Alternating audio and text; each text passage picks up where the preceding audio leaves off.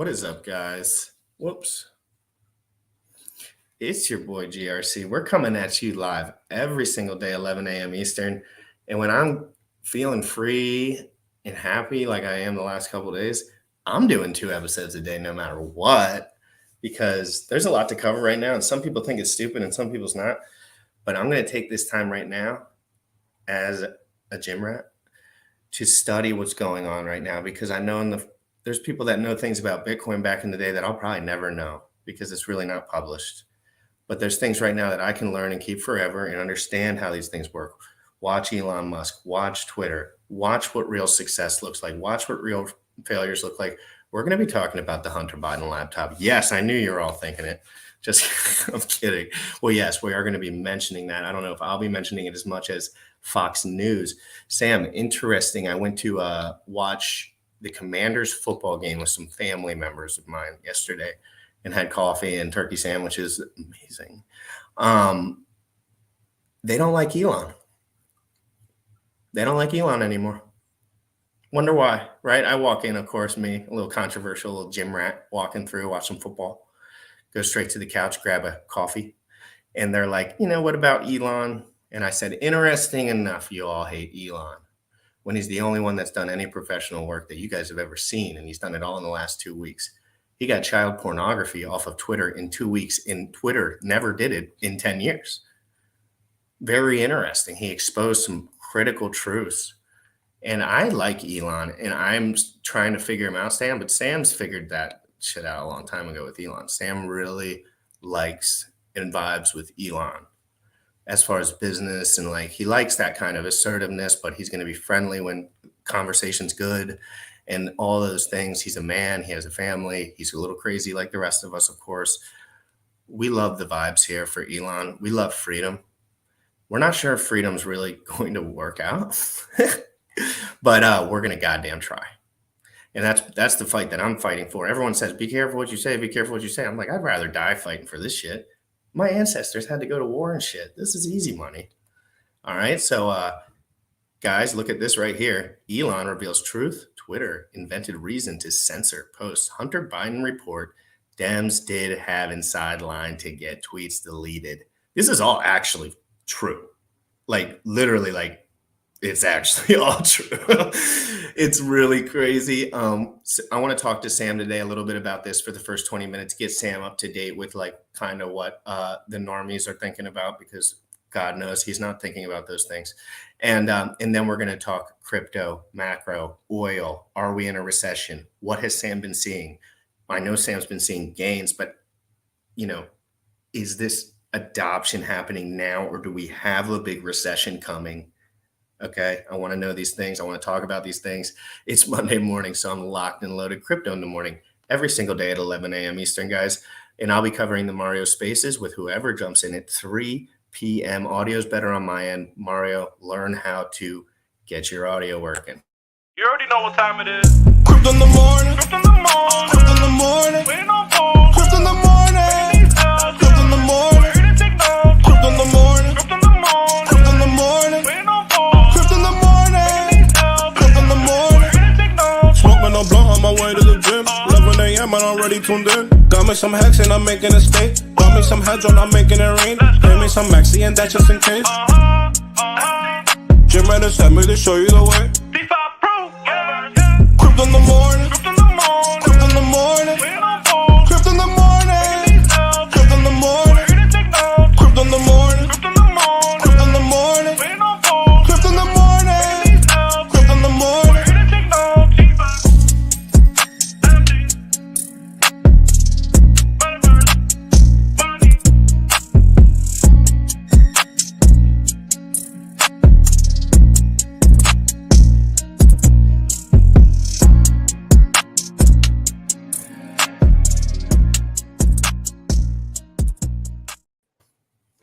What's good, bro? This has been something that I've been talking about or telling people about for 3 years. I'm putting 5 on that. This is something that's finally getting exposed. I like when you zoom out, right, from the nitty gritty, from the corruption, from the child trafficking, pedophilia stuff. How do you zoom out from And you look at it and disgusting. Correct. When you look at it from a bigger picture of what Elon Musk is doing, though, if you have just one or two entities, an oligarchy, right, that is controlling the narrative, which is what Facebook, right, because Facebook owns Facebook as well as Instagram. Google owns Google and YouTube. And if you don't know this, Google search results are 100% biased. Like there's plenty of research out there that confirms this. And then you have Twitter, right? So you have all these companies. There's three of them, right? Google, YouTube, and then TikTok was the other one. And you have these things that are biased in one direction. But now, if you have one platform that goes through and pushes for free speech, pushes for free, like, not even free speech, like pedophilia, not liking. He's already taken that down. Vibing with the hashtags around that, around pedophilia on Twitter, he's already taken down. Oh, wow. Well, I understand how that word can throw some sauce onto a conversation and make it no longer a conversation. But Sam, frankly, these are money-making tools for me.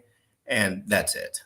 Period. End of story. Yes, I have fun on Twitter. Yeah, I'll post a meme every once in a while. But guys, let's not get it twisted.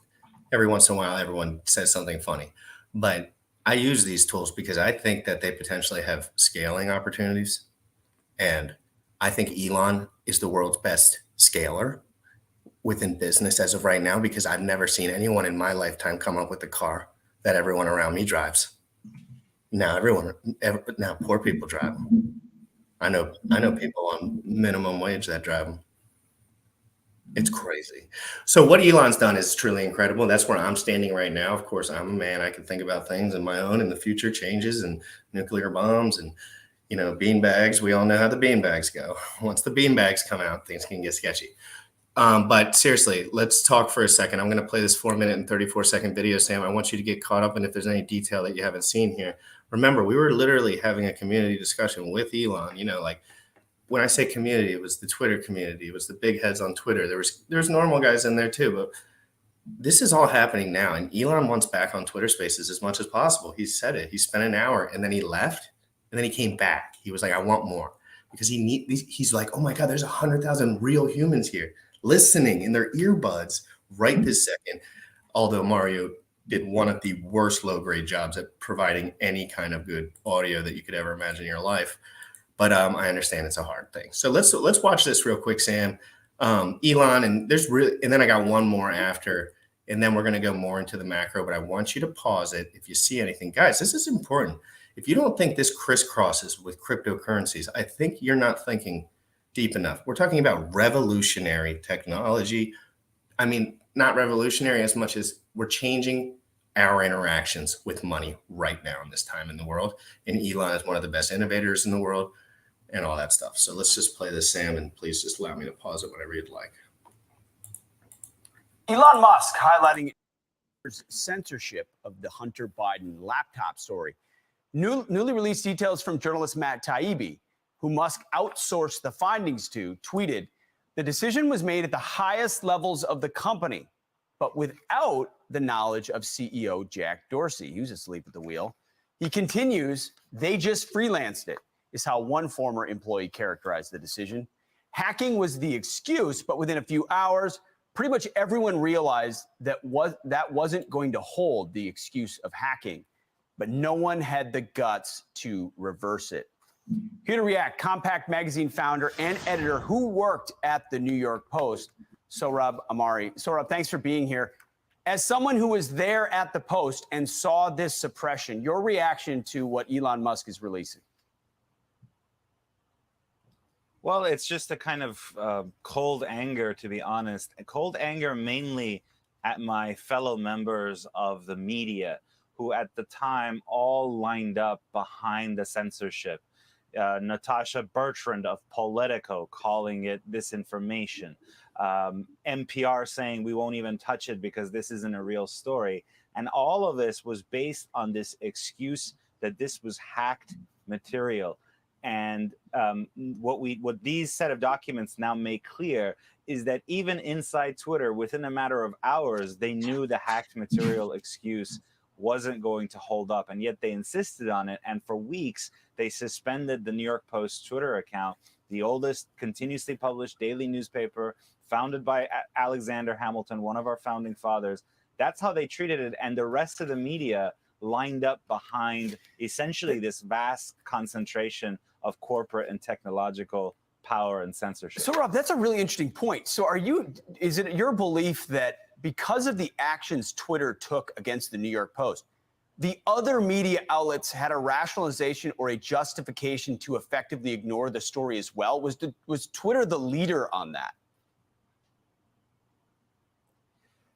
I can't place which one of them acted as the leader. It's like this complex of institutions that included Twitter and Facebook. Shouldn't forget Facebook's role. Yeah. It included the mainstream center-left media, NPR, Politico, et cetera, and it also included a bunch of former deep state national security types who falsely characterized this as Russian disinformation, and they all sort of worked together to suppress this story, and then, as you said, to legitimate the suppression afterward. Yeah. Knowing ultimately that this was going to hold up and that this there was no hacking involved in this. You knew what it was from the beginning, by the way. Here's what you tweeted on October 14, 2020. This is worth looking at.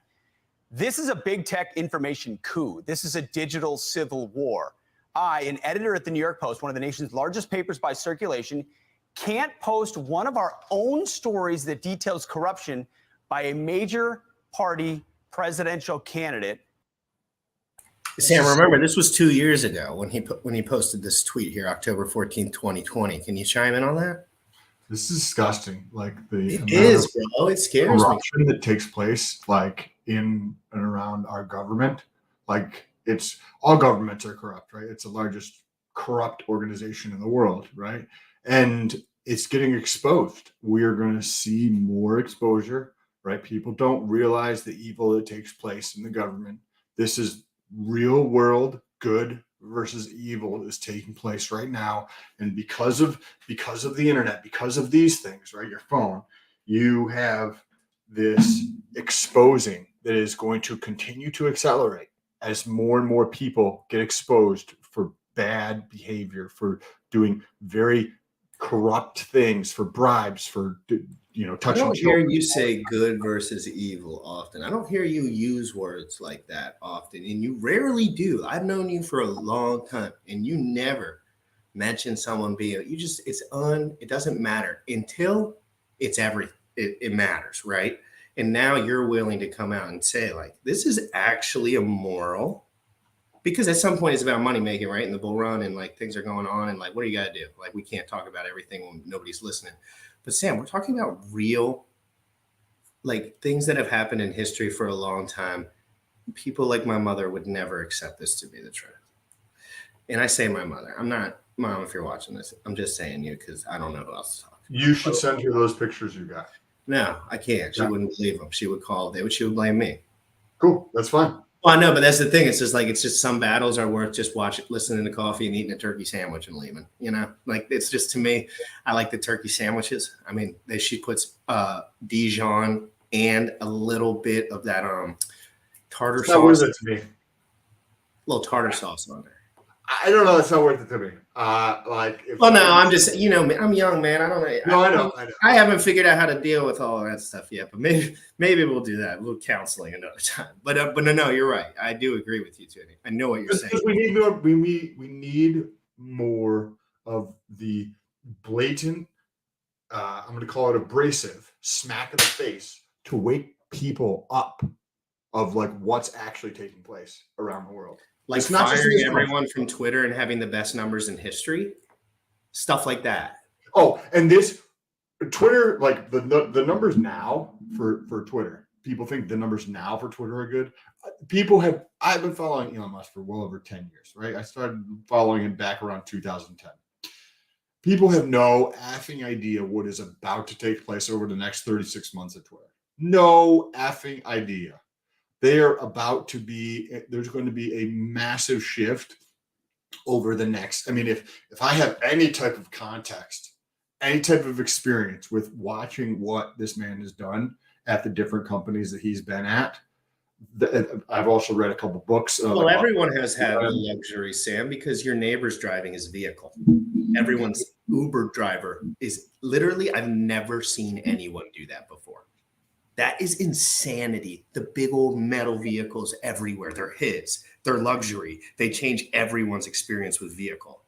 I've never seen a transformative vehicle before until that. And everyone acted like for the first couple of years, oh, it's rich people stuff. No. This is innovation, period. I don't care about the money. It's innovation. So the people will go. It's a better experience. The people will go. It's more user-friendly. The people will go. The same things apply in crypto. The same things apply in social media platforming. He said, what's YouTube doing? They were talking about YouTube Lives. He says, oh, we'll crush them, I'm sure. Something like along those lines. And I'm like, yes. That's what I'm talking about. People don't understand what he is actually capable of. And that framework applied to Twitter, right? Like I saw it applied to Tesla. And Tesla is the first actual OEM to actually survive, right? He goes on that out of all the other automakers, there's been hundreds of them who've tried to come to market over the last 100+ years. And there's been the one that's made it, and that's Tesla, right? People might say that he said 100. He said 100. 100 years. Yes. 100. That's like, oh, Bitcoin came out, and for 100 years, there was like some cool stuff. But then Elon came along and he invented this cryptocurrency called whatever. And then you're just like, oh, that's the standard, of course, right? It changes overnight. It's insanity what real men can do when they're really proud of the work that they've done and they have real confidence in their abilities and they're out of the matrix enough to know that they're one in a few. And they just go all in. And I love those guys. And they're not always have the best family lives. They don't always have sometimes they do. But it sometimes can be tricky, but changing the world sometimes, Sam, a little more important for some guys. And we'll watch the end of this again. 2 years ago on October 14th, 2020, the guy behind whoever's talking wrote this out about the Biden laptop. Our families laughed. Your neighbors laughed. They voted for Biden. They were ready for war, and they didn't even know it. Biden. So you knew what it was from the beginning. You guys had done the research as a credible journalist outlet, and yet you saw it suppressed. Real quick, what should people be taking away from this morning, frustrated at what was done to them? Well, I should say I was the opinion editor, so I wasn't involved in reporting it, but I was reacting it as someone who worked there at the time. But very quickly, I think the important thing is we need big tech reform. I like Elon Musk. I like what he's doing, but we can't rely on one billionaire's goodwill. We need to rein in these companies and not allow them to act like publishers and censoring materials while not having any of the traditional publishers' liabilities. That's what our law allows right now. And we need something more like what Justice Clarence Thomas has called common carrier. Your landline phone company can't discriminate against you based on your political views. Big tech should be the same. Smart guy. So, Rob Amari, thank you. Is big tech, Sam, or these social media platforms, do they have to abide by some sort of constitutional law, in your opinion? No. I mean, if you actually understand, like whoever, the thing that controls everything is the money, right? So if I can control the money, then these other peons don't really matter, even if you're running a social media company. But I can influence you with money, right? If I can control the flow of money, I can control everything. So crypto is like the piece that's going to really change the world in a massive, massive, massive way. And then layered on top of the influence piece, which is the money piece, because that's the piece that needs to change. Then you have like the social media, but they're not. You can easily make the argument that they're far more valuable in terms of influencing the world than presidents. Well, this is happening now. Like this is 10 years. The last 10 years, it's changed completely, right? Like 10 years ago, if the president was on the front of the news talking, that was more critical than Jake Paul fighting some B-list celebrity. That is not the case anymore.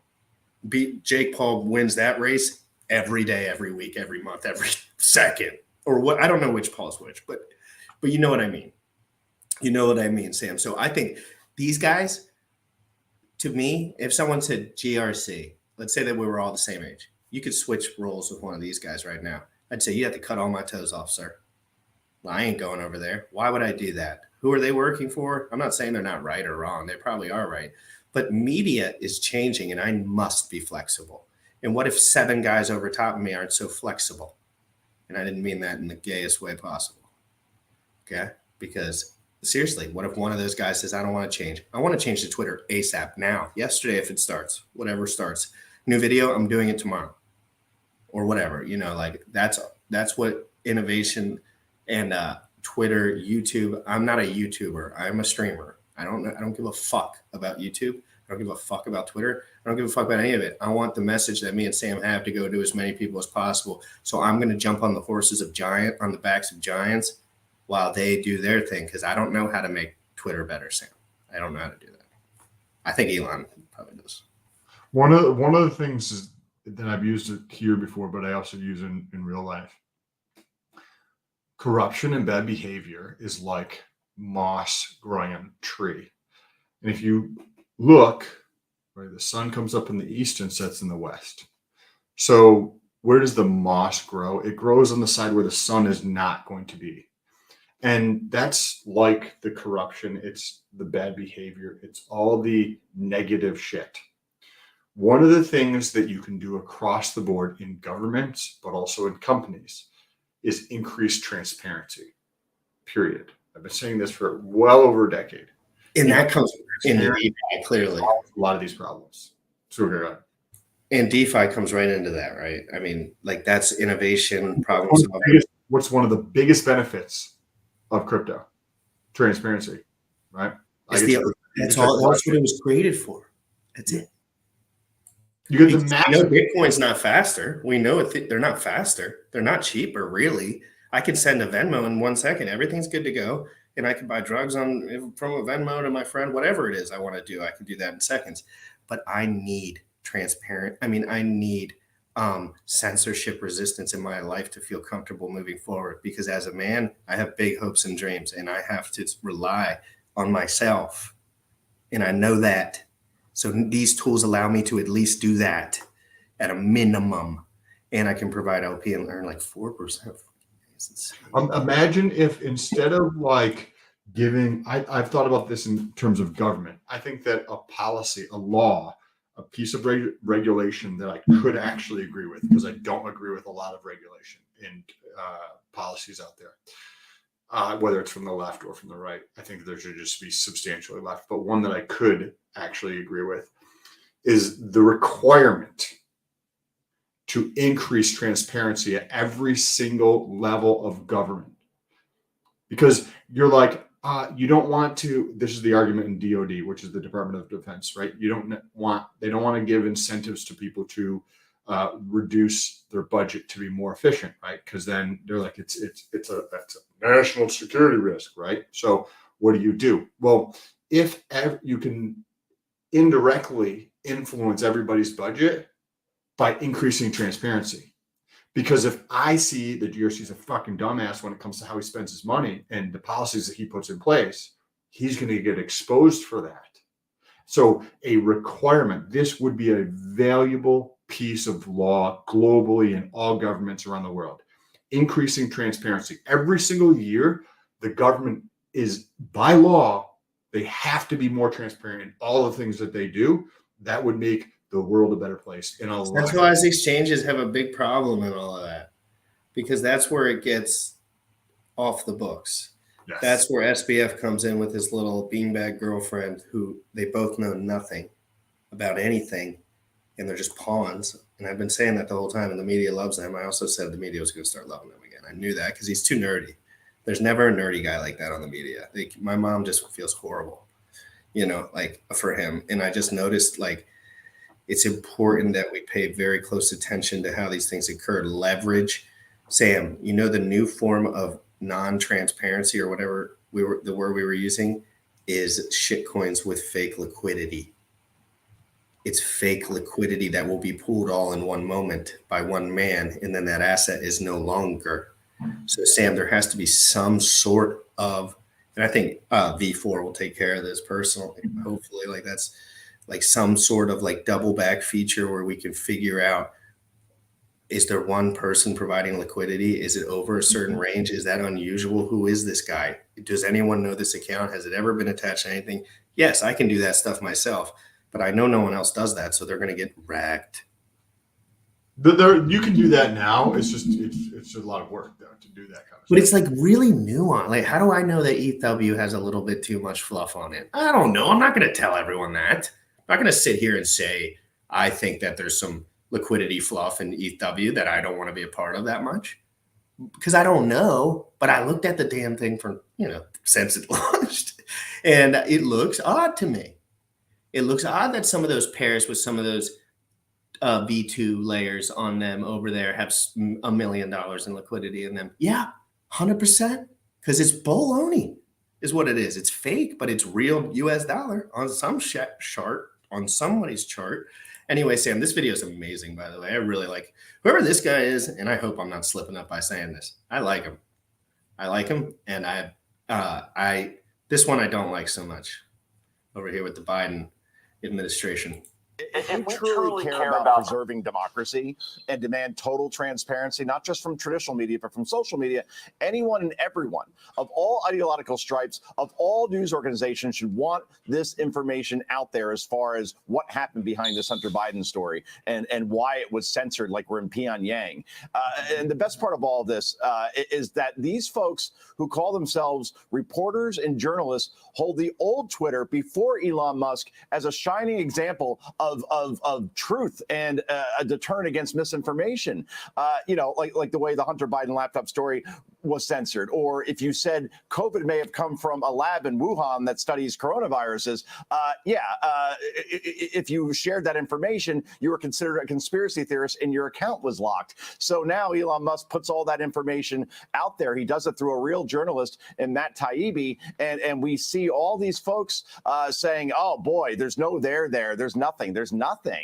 This is by far one of the most egregious examples of an industry doing something that was completely and totally wrong and unethical that we've ever seen, regardless of industry. And yet we see many folks out there either ignoring the story, as you just pointed out, or dismissing it as not being any there. And there's certainly a lot of there. And we're going to get to investigations once the GOP takes over Congress on January 3rd. You're right, too, Joe. They're just going after Elon Musk. He's public enemy number one, and Musk is pushing back, expressing his thoughts, saying the New York Times has become, for all intents and purposes, an unregistered lobbying firm for far-left politicians. Why are they going after him, Joe? That's most of well, because he's a threat. He's a threat to the. That's most of mainstream media. They are just a unregistered arm of the Democrat Party, basically. And well, it's like it's lobbyists, all that shit. It's just garbage. And social media is doing the same exact thing. Before you get to the light, right? It has to get darker. You're like, it's getting very dusk out, right? The sun is setting, and you're like, okay, we understand that the president, right? I'm using quotes because we don't actually think that there's anything there, right? And the president doesn't have any competence and was elected illegally with tremendous amounts of corruption. His son is a pedophile, right? We understand that, like most people in California who are in government, are corrupt. And I live in Florida, and I'm not saying that it doesn't take place here, but it's blatantly obvious in certain states. And we understand all of these things. We understand that mainstream media is helping one side. We understand that social media is helping one side. We understand that, like NFL, NBA, NHL, all these giant sports organizations, except for one. UFC is doing okay. Okay. Which is helping one side. We understand that the university school system, I'm going to say school, but remember the word school you should take with a very grain of salt because they're not actually teaching anything important, is all on one side. And people are starting to wake up, but we're at dusk. So what does that mean? That means the sun just went down and it needs to get a lot darker, a lot more needs to get exposed before the sun comes up and we have a new day in this arena. And it's happening right now, and it's an honor to be a part of, frankly, just because I hope that there's a percentage out there that I'm helping. I don't know what that percentage is. It could be very tiny. It could be big in the future. It could be nothing right now, whatever it is. But there's a fight. And I've never really had the opportunity to help anyone do anything that was awesome other than just like working and putting roofs on, shit like that. But like, like never have I felt that I had something to stand for and that I would stand for it no matter what. And really no matter what though. Like, there's certain things. Yeah, if somebody had a gun to my head and they were like, do you like Elon? Like, I would just maybe say no, but it's important. Like when push comes to shove, if someone's saying some baloney around me, I'm going to tell them to F all the way off and get the fuck away from me, or I'm going to smack them in the back of the head, because it's hard to get arrested for smacking someone in the back of the head. It is. Front of the head, you're out. I'm just kidding, but seriously though, I want more awesome people with transparency. You should have that conversation with your mom. No, I've tried, dude. I've tried a million times, and my dad's tried a million times. My dad's pretty woke, but he don't woke as in like he understands reality, or woke as in the left. He understands reality. Okay, but he doesn't speak those words to my mother. He tried. Whenever we talk about it, it's just like it just gets hard, man, because mothers want their people to be safe. That's it. They don't care what fights we're fighting. My mom just wants everyone to be safe, and she thinks that there's some part of this that might involve not safety, which would be the reverse. But anyway, so let's just, first of all, Elon, looking good, Elon. They got a good picture of you, and we're going to take a couple right after this is over, and this is a good segment here. Remember, he just brought up why are they worried about Elon Musk? Why would they care about Elon Musk? Why is everyone with 3 children in America hating on Elon Musk? Let's wonder. Registered lobbying firm for far left politicians. Why are they going after him, Joe? Well, because he's a threat. He's a threat to their existence, right? The New York Times hasn't endorsed a Republican presidential candidate, Griff, since 1956. So when he says that the New York Times works for the Democratic Party, when you endorse, for example, like Walter Mondale over Ronald Reagan, you may be a little bit biased, right? And if you look at their editorial pages and their news coverage over the weekend, there was no mention whatsoever of the Elon Musk email dumps that happened on Friday. Why is that? Then again, they did have a story on how Saturday Night Live went after Herschel Walker in a skit. So that was more important than apparently Elon Musk covering this stuff. It's a joke, Griff. It's a joke. Joe, this is going to come in waves. Musk is going to release these Twitter files in waves so the information doesn't get buried. So are we just going to see that Fox News is the only place that we're going to get that information? It appears so. Unfortunately, again, like you said, I mean, how do you not even when a typical evening newscast, as you know, Ashley, goes on 22 minutes, right? When you take out the commercials, it's 30 minutes, it's 22, and you can't even find one segment. You can't even find 45 seconds to say this is the information that was released, and here's why it's important. Of course not, because all of these news organizations that didn't cover this are all responsible for not covering it when it mattered in October of 2020 before that presidential election, when it could have helped decide an election, Griff. Will they come along, though, Joe? Will they eventually come around? Because it took CBS 2 years to confirm the Hunter Biden laptop. They now have joined a few others in the mainstream media to say it's legit. So what about the suppression of the story? That's the thing, right? CBS, for example, 769 days, 2 elections later, they come out and finally cover the story. So the first big test to answer your question, will they come along, was this email dump by Elon Musk. And the fact that they didn't cover it at all shows they failed that test, and therefore they're failing the American people on informing them on a story. Forget Hunter Biden for a second. This is more about Joe Biden, because in those emails, he is described as the big guy who got 10%. What does that mean? That he may be compromised, a sitting president, by the likes of China. And does Hunter call him the big guy? In the emails, Hunter calls his dad the big guy. Why wouldn't you say like banana or something, or like pretzel? You're gonna say like the big guy? Like that's clearly your dad. What a good code word, the big guy. They don't want to use we call him like cotton candy for brains or something like that, but like he doesn't want to necessarily reference his name because he thinks that they're probably going to track shit. I would, I would say like pretzel every time I was bringing up the big guy. He's all like that whole family is just disgustingly corrupt. And but when you smoke crack, I feel like your critical thinking skills go out the toilet. I feel like when you're smoking crack all day, like you're not going to be thinking about your P's and Q's. So maybe we'll experiment with that later. Me and Sam will do a deep dive on that. We'll smoke crack for a week and see if we can critically think afterwards in order to decode the Hunter Biden laptops more effectively. Just kidding. Guys, it's getting crazy, but this is good stuff. And then we're going to watch 2 macro takes. Sam, are we going into a recession? There's some people that say if certain things happen. Going into a recession? Or no, is 2023 a recession? We've been in a recession. The question is, Sam, is 2023 a recession? Oh yeah, for sure. Is it? I think I might actually phrase that differently. Is 2023 a depression? Right? Like we already know. LP. When you say depression, I see sideways. I see LP games. Yeah, correct. Dude, you really, when you start liking on and again, guys, you know I'm slow to it. I'm a learner first because I hadn't had like a lot of experience. And I'm getting into it, writing all my stuff down today. I did it a nice position yesterday. Just more for studies than money. Just see how much I can earn ROI on a certain position. And the numbers are bullish. But just like the percentages, I mean. But so interesting, and we'll talk more about that as we finish this video. Again, I like this guy. I like the way they do media. Now, the fact that they said that Fox News is where people will have to get their news, that is the funniest joke that anyone has ever heard of the day, because no one really watches the news anymore except for these 7-second clips. Now, their YouTube channels do probably very well.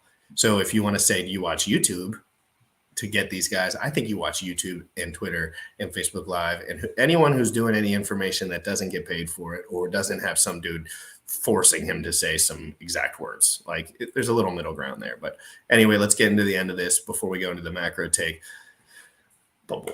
In Ukraine, and that's a very, very big deal, particularly as it pertains to China, possibly our biggest adversary. You're right. Okay, Joe Concha, thanks so much. Always a pleasure, guys. Happy Monday. I'm Steve Ducey. I'm Brian Kilmeade. And I'm Ainsley Earhart. And click here to subscribe to the Fox News YouTube. No, thanks. We don't need to subscribe to that shit. I think you had said you might have had a second video that you wanted to bring up on this topic. It was the second video, Sam. So that was 2 videos.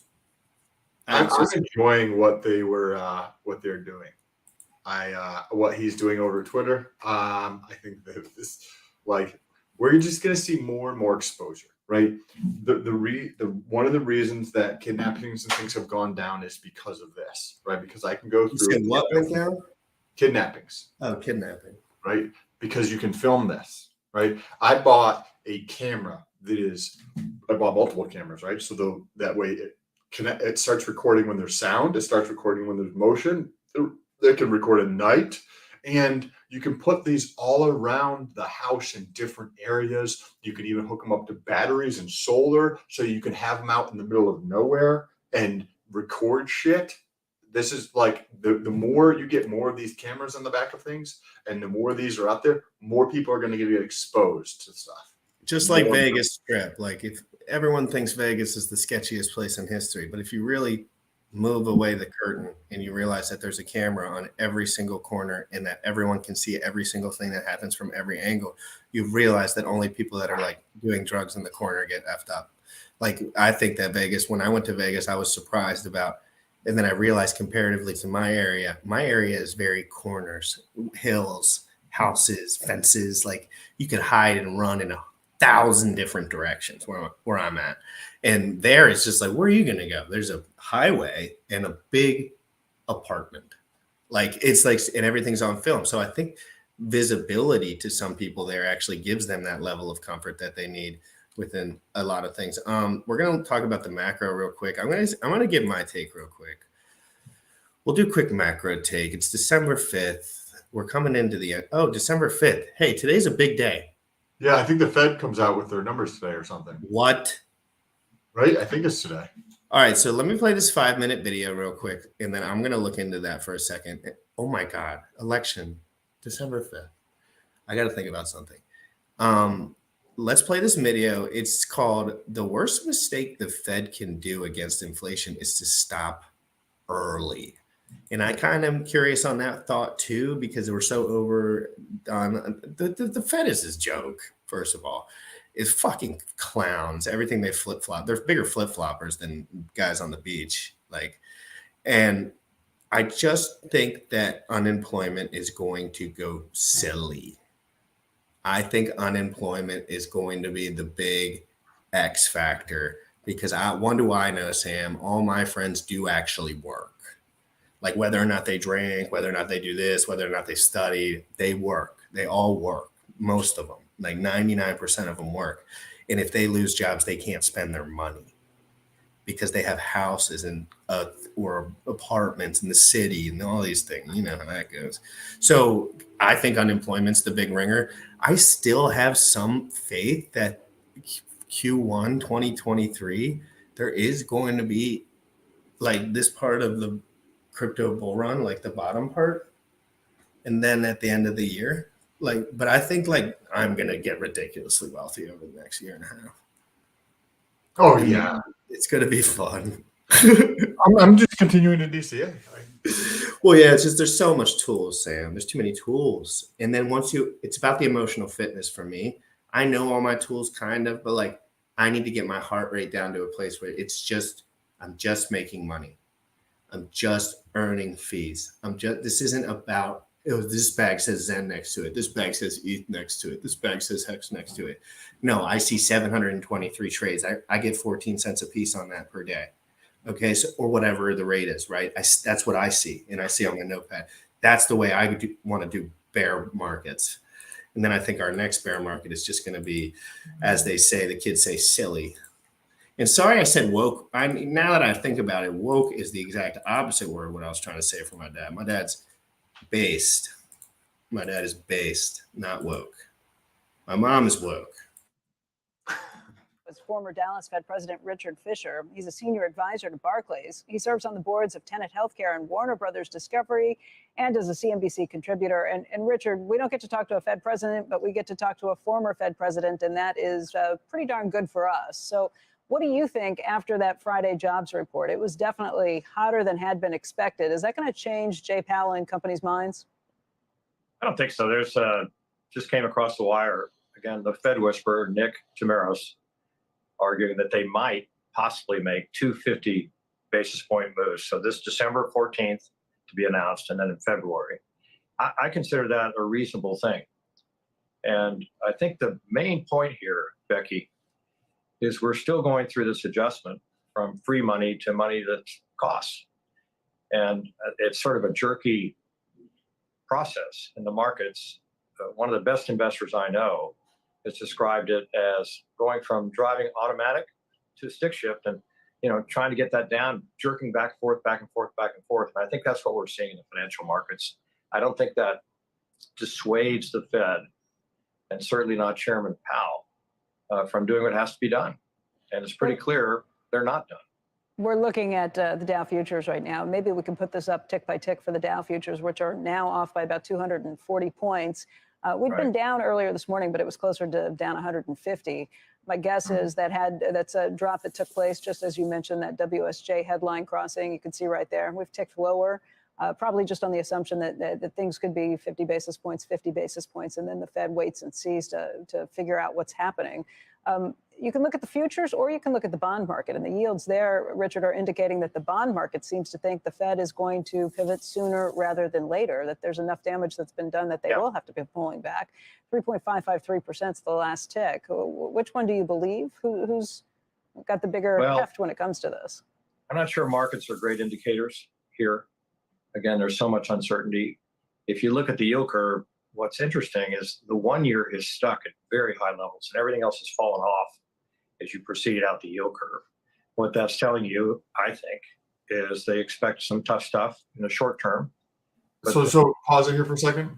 Yeah. This is a inverted yield curve, right? So anytime that you have something that is inverted to this magnitude, What is inversion? Right. I don't know what the T-bond, T-note, any of that is. So talk to me. So that's just a government way of issuing. Oh, a note would just be their variable.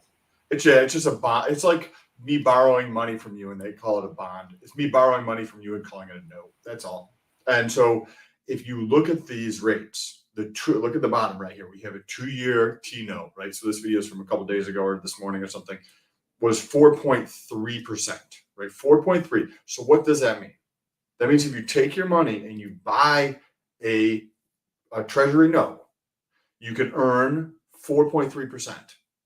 Or you could buy once you get to like past 10 years, they call it a bond. It's the same fucking thing. You could buy the 30-year treasury bond and earn 3.6%. Would you rather earn 4.3% annually or 3.6% annually? One, you have to lock up your shit for 30 years. One, you have to lock up for 2 years. You're like, why would anybody ever? Who stays alive? Who thinks they're going to be alive in 30? Like, I can't even. I mean, I'm not saying we're going to be dead, but like, I'm usually the youngest guy in most financial rooms, and I'm not looking forward to that. Like, there's 30 years in between there where I got to do my best work. Take your time. So somebody's. I heard it. So listen, guys, while we're here, let me talk. This is interesting. I want to know in one sentence, how do I phrase this? Yeah, I accidentally slipped that I got 7 guys over me and none of them are flexible. Freudian slip. I want to know, what do you think, guys? For real, what do you think about 2023? In one sentence, what do you think the macro outlook in 2023 will be? That's my question for you guys. And if you have Hunter Biden's cell, ask him, because, you know, he's top of the line. He's up there in the big biz. I just asked everyone, what do you think about the macro outlook in 2023? In one sentence, go. So let's go back to this. So where you see the 10-year. Oh yeah, were you talking? Go back Yeah, to what you were. all right, somebody's at the door. So when you have an inversion, right, where you have short-term rates. So think about this with HEX, right? So people understand HEX. What's happening in the market right now, if you translate this to HEX, would be if you locked up your money for 1 year, you would get 38%. If you locked it up for 15 years, you'd get 11%. Does that make any sense? And that's literally what's happening in the market. Every Say time the numbers again. So 15 was 11% or 8%. So 15 was 11%, 15 years. So you lock up your money for 15 years and you earn 11%, or you lock it up for 1 year and you earn 38%. What are you going to do?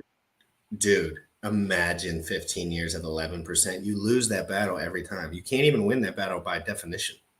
But what's happening is you have this inversion, right? So short-term are greater than long-term rates.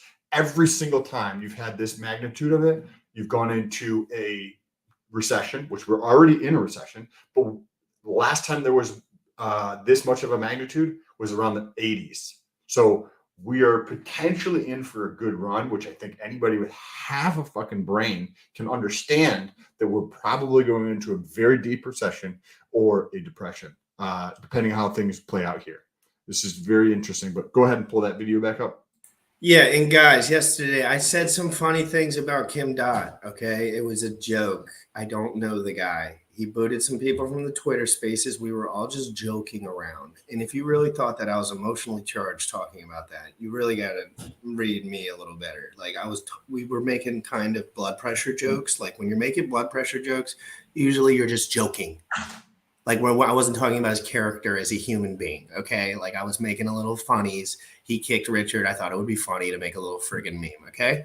But he's not like the fucking evil, or I don't know anything about him is frankly the truth. But I was just trying to have fun. So please don't do that, whatever that thing is where someone has a joke and then you turn it into like a Hunter Biden laptop. Here it's come down dramatically from its peak of 4.3 to where it is right now in the 3.4 range, 3.5 range. Mm-hmm. And even the 3 year, the 5 year, the 7 year. So that to me is an assumption by the marketplace, right or wrong. that they'll get the job done. But that short term, it's going to be expensive. And look at, again, where the 1-year yield is. So I think the main point here is I'm pretty certain, as I understand Jay Powell, having sat next to him for 3 years and having talked to him every now and then, the worst thing they could do is stop early. They already made a mistake by embracing this transitory argument. They look bad. They stop early, and then inflation continues on or roars back, particularly driven by wages, especially on frontline workers, not white-collar workers. And then they have to come back and tighten again. That would be, I think they'd go down in the books as having done a very bad job. You mean it's better to hurt the economy too much than to lose face? I think he's basically said that. He didn't say lose face, but you know, there's a danger in not doing your job.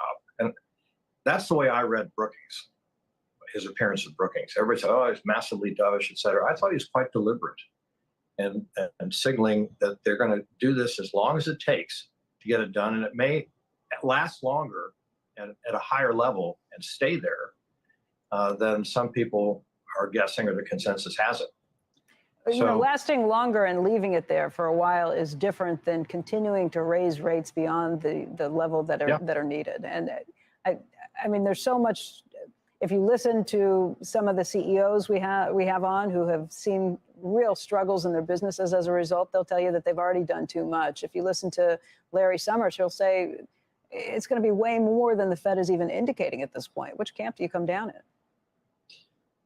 Well, you know, Larry is ubiquitous. He's everywhere these days, but he's very, very smart and is a friend of mine. And I think that he's probably closer to being right.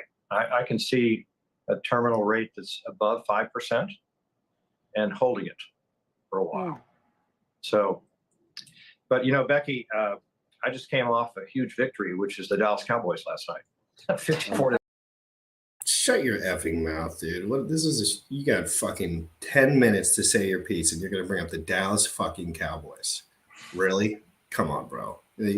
After you tell us we're gonna be in a recession for a freaking. What do you think about the end part there, Sam? I know that Powell is Chair Powell, right? That's his name. That the guy that's speaking. Yeah, I don't remember. He's the best comedian in the United States right now, actually, via per click. But everything he says is not true, and it just backwards every week. So I don't listen. I can't listen to that too closely. But I want to know, Sam, do you think if there was 0.5, 0.5, 0.5, 0.5 for like 3 or 4 quarters, would that be a big sideways time or downtime or whatever?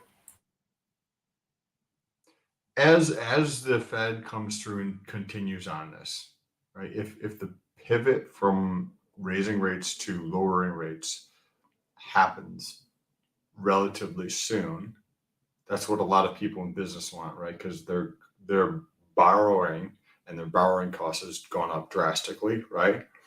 And that's painful to lose your profit. So if what he seems to be signaling continues through, say, the next 6 months of this coming year, I definitely think we're going to be in a very, very strange place as a country with rates that are very high relative to where most people have seen them. The last time rates were like for a mortgage were 10% or 11% was back in like the 70s or 80s. Think about getting a house and paying. Let me think about that for a second. What was going on back then? The fuck was happening? There was the oil embargo. There was some stock market bullshit as well. This happened in the 80s. But there's always something, right? Because if I own all the money and I can control that, then I get to control when there's booms and there's busts. And during a bust, what does that allow me to do? Well, anybody who's not wearing their pants when the water goes out, those people get exposed. And that means that I get to buy their assets a lot cheaper. So if I can control the money, that's effectively just being able to control the gun in a knife fight, right? Fucking person who has a knife fight loses, right? They're going to lose every single day. And you can go through and create artificially create boom, bust, which has been happening for 100 effing years, where the people who control the money are able to actually go through and purchase all the assets that are now in the toilet, because there's a lot of people who don't understand how this all works, right? Well, guys like me are like waking up to this market, like kind of getting our fit, because I'm young, right? So I didn't really have to deal with the other markets really too much. It's so easy. It's like everything's undervalued and maybe there's 50% downside, and then I'll just put the house on it if it goes 50%, you know, and not the house, but you guys know what I mean. Like, I don't have any, there's nothing that can happen to me. What's going to happen to me? What am I going to lose 22 t-shirts and then my life's going to be over? No, I'm going to have a big fat fucking bag of Ethereum. So friggin' fat. And then 10% of that, which will be a good chunk, will be providing liquidity. And well, I don't know if it's ETH or USDC, whatever is going on at the time. But again, Sam, we had a great conversation yesterday about what changes in an asset when another pair is attached to it. So what changes in an asset? And I used BNBP for an example because it's the newest one I could think of. And it only has one pair, right? That's strong. I mean, there's other pairs to it, but they don't have any juice. So it gives it one side to go, right? Right. It gives it less surface area if there's less surface area if there's product market fit, right? Meaning, in my opinion, when things get attached to another asset, I think that can actually be counterproductive when you're talking about price appreciation of that asset. Correct. And that's why me and Sam are moving away from that I don't want to speak for Sam. I have been training myself and learning to move away from that and to learn about volume way more, because I know where the money be. I ain't dumb. Okay. I'm not stupid. I might not be the most computer savvy dude in the world, but I'll tell you what, I can earn 8%, 4%, 2% a day for the rest of my life. I'm going to do it. I promise. And Sam, what are you seeing in that one comment I just made? We're going to go back to Hex though. Okay. So Hex was with USDC. We saw major price appreciation. We got 10 million in liquidity, and then a $5 million ETH pair comes along, or a $2 million ETH pair. How does that change the dynamics as liquidity providing, as the asset price appreciation? How do you see that kind of? Because we were talking about this yesterday. I think it definitely slows it down, right? What is one of the more stable things out there? I'm not going to call it an asset, but what is one of the more stable methods of exchanging things? The US dollar. Well, the US dollar is accepted everywhere. And that basically means there's a pair with USDC, or if you're in crypto, or in the physical world, USD in everything, right? So then that provides stability, which is not the same thing as price appreciation, right? It's basically everywhere. The ubiquity of that has its own benefits though, because then you can get into it and out of it faster, right? Like the Hex is tied to 40 fucking pairs or something at this point, and that'll continue to get tied to more pairs. You can think of it as like, one more thing holding a tent down, so to speak, right? Ethereum's tied to a fuckload more pairs, right? Doesn't mean the price isn't going to drastically increase because we've got more and more people coming into crypto every day. It is definitely an interesting concept though, because each one you tie to, it's like money can flow out that way or in that way, right? Well, you have to think about why. Why would the money come that way? Why and who? Why and who is always, because Ethereum's going to have pairs, right? That's what it was built to do. And everything Sam, listen to this craziness real quick, because this was like, I went all in yesterday at the end of the show. So Uniswap's trading volume at some point in history for V3 was 70%. No, just for the Uniswap volume when it launched was 70% Hex at some point for trading volume.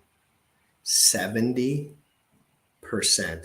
Sam, we did a little run through yesterday. I don't think it's in the top 100, or it's right at the top 100 in all DEX's trading volume. And that would be on Nomics we were at. So that's not just, but we were thinking maybe top 20, top 30 now for Uniswap trading volume. So think about that, Sam. When it comes to product, 19 currently. I'm looking at it right now. Oh, cool. My guess was pretty close. But Sam, when it comes to market volume, why someone's purchasing an asset, why you need more volume over longer periods of time with more people and more interaction. And nobody is saying this is not possible, because I know Sam wouldn't say that. People can build stuff and do crazy stuff. But I want to know what you think about that. The volume slowly loses to the competition, more pairs, right? Thicker. And then things like Zen come out. They have pairs, man. They do. I don't care what people say. They swap. I sent you a picture of someone who sent 500,000 hex to Ethereum and then swapped it for Zen within 1 minute. And that's still sitting in his account, by the way. And I'm not that guy. Everyone assumed that was me. What the fuck? It's a lot of money. Like, damn, I wish I was making single trades for 500,000 hex to Zen. Wow. But no, I don't think that's a good idea necessarily or anything. I'm not saying that, but I want people to understand, saying that's 500,000 hex. This is traded to Zen now. People do these things. They see other markets pump. Is pumping a product that has a time value lock enough for you in that product market fit arena? Well, I think that the little details are going to get talked about endlessly, but really the big factor is us going from 3.8% of the population in crypto to 8% of the population in crypto. The stupid details like that are trivial in comparison to the new money that's coming into crypto on a daily basis, as we go from nobody knowing about crypto to the entire planet being in crypto, right? It's happening as we speak. And yes, the fundamentals of this, yes, that thing, like, cool, fucking locked my shit up for 9 years or whatever. Nobody gives a shit, like this thing and that thing, right? But the big deal is all the new people coming into crypto. Because people are going to claim that their shit is best, their thing is this, their thing is that, right? But in reality, as we go from 3.8% of the population of the planet in crypto to 8% in crypto, what has to happen, right? Adoption for something. Correct. Adoption. And that's the only thing that matters. But for something, but for what? Well, that's Tesla has adoption, but it didn't come out anywhere time where the car came out. And I have a feeling Tesla's going to be around for the next 100 years. I also have the feeling that Bitcoin's not traded on chain. I have a feeling that no one's using it. I have a feeling that it's a centralized exchange trading token for people with over $10 million liquid. And that's what I see here. That's been growing to be more decentralized trading on Bitcoin. You said what? I saw a stat on the other day. So we understand that that some of the volume in Bitcoin can be fake, right?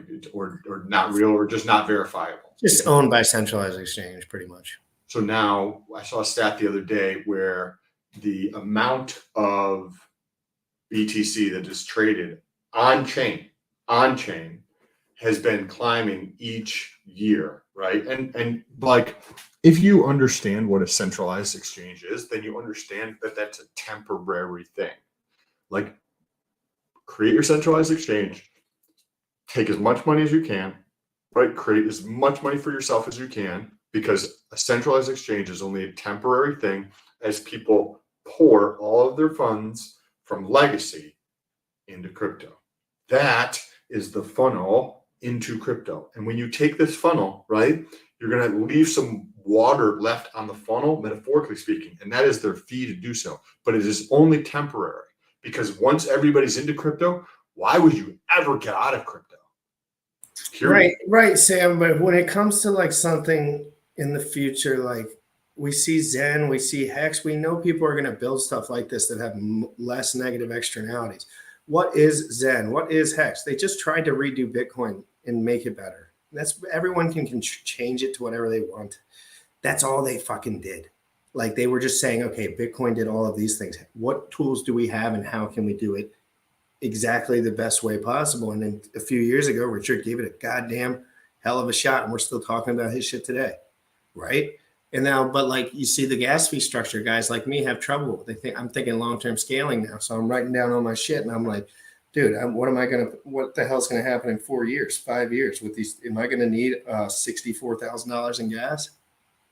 Like, I better prepare for that. I don't like that. That sounds like shit. I don't want to prepare for shit.